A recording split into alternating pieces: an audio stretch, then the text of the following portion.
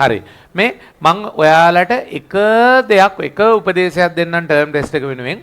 ඔයාලට full paper එකක් නෙවෙයිනේ දෙන්න මැත්තේ තාම. ඒව මොනවද කිව්වද MCQ කීයක්ද දෙනවා කිව්වේ?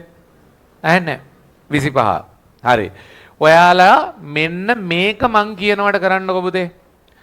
ඔයාලට සාමාන්‍යයෙන් දෙන මැත්තේ MCQ 25කුයි.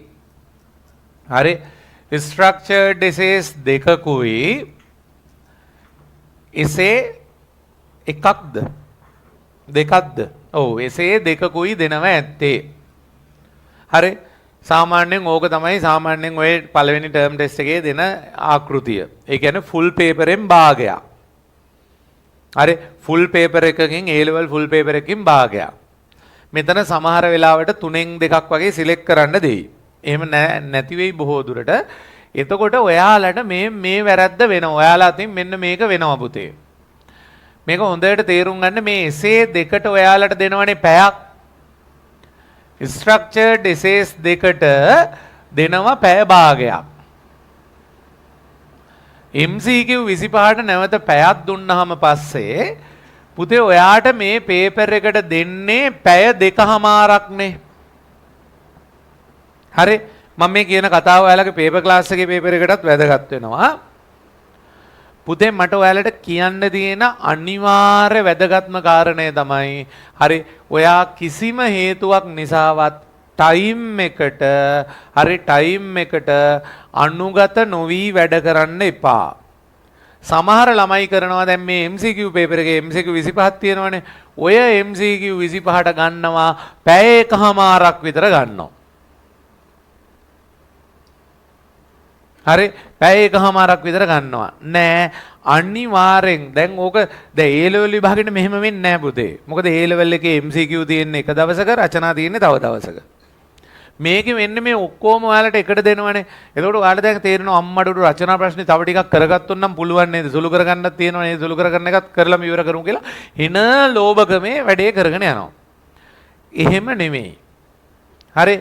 මම ඔයාලට කෙලින්ම කියන දේ තමයි ඔයාලා කැමති ඔයාලා රචනා ලියන්න කැමති කට්ටිය රචනා එකෙන් පටන් ගන්න. MCQ ලියන්න කැමති කට්ටිය MCQ එකෙන් පටන් ගන්න. හරිද? හොඳම දේ තමයි හරි ඒක Tamanට කැමති එකෙන් පටන් ගන්න. හැබැයි මෙන්න මේ විදිහට අනිවාර්යෙන් හරියට වෙලාවට අවනත වෙන්න. හරි. ඒ කියන්නේ පුතේ හොඳට තේරුම් ගන්න රචනා පේපර් එකෙන් නම් ඔයා ලියන්න පටන් ගත්තේ පැයෙන් රචනා පේපර් එක නැවැත්තුවා නවත්තලා ආය රචනා පේපර් එක පැත්ත පලාතේ අත ගහන්න යන්න එපා මං කියන්නේ අනිත් ඒවා ඉවර නැත්තම්. මේකත් පට විශේෂයෙන්ම කියන්න තියෙන්නේ මේකත් පුතේ විනාඩි 30යි මෙයත් විනාඩි 30යිනේ. මෙයත් විනාඩි 15යි මෙයත් විනාඩි 15යි.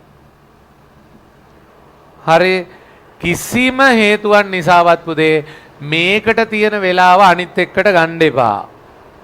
මේක අනිවාර්යෙන් කරන්න. දැන් සමහර අය පළවෙනි ස්ට්‍රක්චර්ඩ් essay එක දන්නවා කියලා ලියලියා යනවා. දෙවෙනි එකේ වෙලාවත් එක්කම ඒකට ගන්නවා. සමහර වෙලාවට මේ ප්‍රශ්නේ මෙහෙම වුණා නම් මෙහෙමයි කියලාත් උත්තරේ ලියනවා. ප්‍රශ්නේ වැරදිත් ලියනවා ඊට පස්සේ ඊළඟට. හැබැයි ඊළඟ ප්‍රශ්නේ ලියා ගන්නට වෙලාව නැහැ. එතකොට එයාට එන්නේ නැහැනේ පුතේ මේකෙන් එන ලකුණු පොඩ්ඩක්වත්. ඒක නිසා අනිවාර්යෙන් වග බලා ගන්න MCQ එක පැයෙන් නවත්තන්න. MCQ එක පැයෙන් නවත්තන්න. මේක වුණත් පුතේ හොඳයි. ඔයාලා තවත් මේක ප්ලෑන් කරලා කරනවා නම්. හරි තවත් මේක ප්ලෑන් කරනවා කියන එකෙන් අදහස් වෙන්නේ පුතේ පළවෙනි පැය භාගෙට MCQ 15යි ඊළඟ පැය භාගෙට MCQ 10යි. අවසාන MCQ 10. හරි මේ විදිහට ටයිමින් වලට කරගෙන යන්න. පළවෙනි පැය ඉවරුණාද ඩක් ගාලා MCQ එක නැවැත්තුවා. හරි ඊට පස්සේ ස්ට්‍රක්චර්ඩ් එසේස් දෙකෙත් දැන් හිතන්නකො අන්තිම කෑල්ල ඉතිරි. කමන්නේ ටක් ගාලා නවත්තලා ඊළඟ ස්ට්‍රක්චර්ඩ් එසේ එක වේගෙන් කරගෙන ගිහිල්ලා පොඩ්ඩක් වෙලාවක් හොයාගන්න. ඊළඟ වේගෙන් ලියන්න. දැන් අතරක වෙලාව මදි වුණා කියලා දන්නවනේ. ටක් ගාලා වේගෙන් ලියාගෙන ගිහිල්ලා විනාඩි දෙකක් විතර ඉදිරි කරගෙන කොහොම හරි ආපහු මෙතෙන් එන්න. හරි ඒත් මදි වුණා කියලා හිතන්නකො. කමන්නේ රචනායක් කරගෙන යන්න වේගෙන් ලියාගෙන යන්න. වේගෙන් ලියාගෙන ගිහිල්ලා ආපහු නැවත උඩට ඇවිල්ලා අරක බලන්න. තේරුණාද? එහෙම නැතුව මේක ඉවරලා මේක කරනවා මේක ඉවරලා සම්පූර්ණයෙන් මේක කරනවා කිව්වහම සමහරවිට අන්තිමේට මේකට වෙලාව ඇත්තෙම නැහැ. ඒකට වෙලා ඇත්තෙම නැහැ කියන්නේ. ඒකේ දැන් මුල් කොටස් ටික ලේසියි වනේ පුතේ ප්‍රශ්න එක. ඒ කොටසත් ඔයාලට මිස් වෙනවා. ඒක නිසා මේ ටයිමින් වැඩේ හරියටම කරන්න. හරි. ඕකේ.